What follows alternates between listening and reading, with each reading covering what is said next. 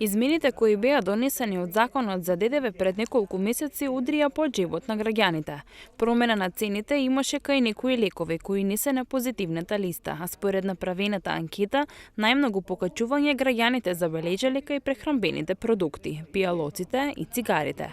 Поскапените животни трошоци беше и причината за владата да донесе одлука за изменување на посебни услови за трговија на одделни стоки, да ги определи највисоките цени за одделно производство во трговијата на мало, а се даде и оврска на трговците да набавуваат и продаваат определени видови и количества на одделни стоки на потрошувачите, според определен редослед.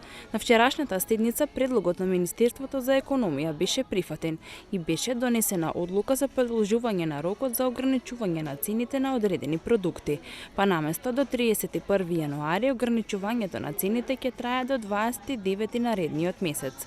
Оваа одлука ќе важи за определени пијалоци, како што се минералната газирана и негазирана вода, како и некои прехранбени производи, како што се оризот, брашното, лебот, тестенините, месните и млечните производи и јајцата.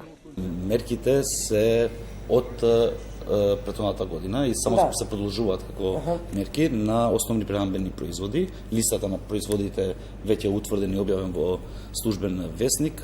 Ние денеска во седница на владата само ја продолживме истата мерка. Таму се предвидени највисоки цени, повикувајќи се на цените од август претходната година, минус 10%, со што успеавме да ја намалиме инфлацијата, посебно во делот на храната и на пијалоците на ниво на 0%, или да бидам поконкретен, на ниво на 0,1%, или и ако пак очекувањата беа дека тоа ќе биде над 5%.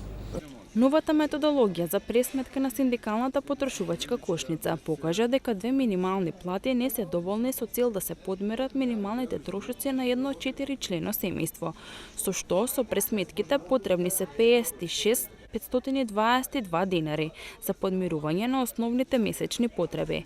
Според последното усогласување, минималната плата изнесува 20.175 денари, а оваа година се очекува таа да се зголеми во март и да изнесува 22.500 денари.